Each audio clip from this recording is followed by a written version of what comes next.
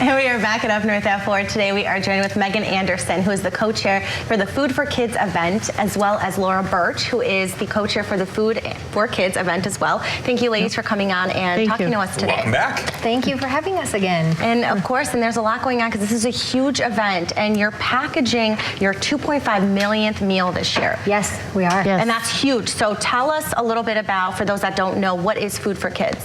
So Food for Kids is a food repackaging event that we do every October at LUHS in Minocqua. And what we do is we bring in bulk food from Stewart, Minnesota, and we have volunteers that stand around for up to 40 tables this year. And they'll be repackaging that into smaller bags that are then put into cases that we will then distribute to 19 different food pantries and backpack programs. And whatever they don't use gets put back on the semi and taken to Stewart and distributed wherever it's needed in the world. And Laura, it's always great to have you here. Thank you. So what is it like to be in that room when all these food packages are being put together and see it all come together? It's wonderful. It's very inspiring. This year, instead of the third Saturday in October, we're the fourth Saturday. Yep. So it's the 26th this year. Yep, and we have later times this year as well, just because we're trying to get more volunteers, and we're really hoping that by having it be an hour later from 9 to 11 and 11:30 to 1:30, that we'll have more volunteers that will come to the first shift, so we can package even more meals. So we can sleep in. Oh, yeah.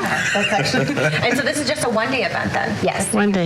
Yep. And then after you package it, it just gets shipped just everywhere? Yeah, we have the food pantries that come and pick up the day of, so we coordinate that, and then whatever they don't use, we send back on the truck, and then it's taken wherever it's needed, which could be, I don't know, if some of the hurricane victims that are going on right now, it could go to Ukraine, it could go to Israel, wherever it's really needed. Haiti. Yep. And it's just, and food, what about beverages or just food for everything? It's just food. It's either oatmeal or rice and beans. And they're packed in individual family-sized servings for up to 8 people.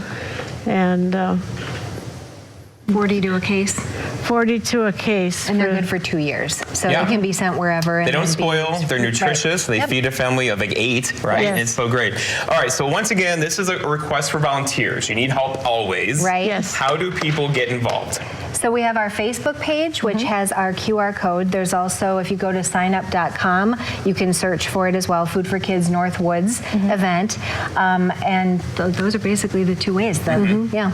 And then what can they expect? They show up at 9 o'clock that day. Yep. And they work like a 4-hour shift, or how does that work usually? 2-hour shift. 2-hour shifts. Okay. Yeah. And the 2 camaraderie is hours. probably amazing, right? Yeah, it's a lot of fun. So, last year we had a lot of tables that were trying to kind of outdo each other with the number of Some meals. rivalry gets going. Yeah, it was really it was fun, and it goes by really fast. And you know, there's not a lot of events that you can do where you can help so many people in such a short period of time. So it's a lot of fun. So definitely looking for volunteers, QR code, Facebook page. Yes. All right. Yeah. Well, thank you, ladies, so much for coming on and joining us here today. Well, thank you for having us. All We right. appreciate it. Of course. We'll be right back after this break.